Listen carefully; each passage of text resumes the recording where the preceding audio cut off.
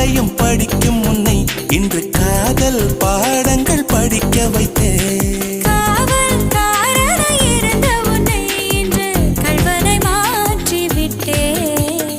அடடா அடடா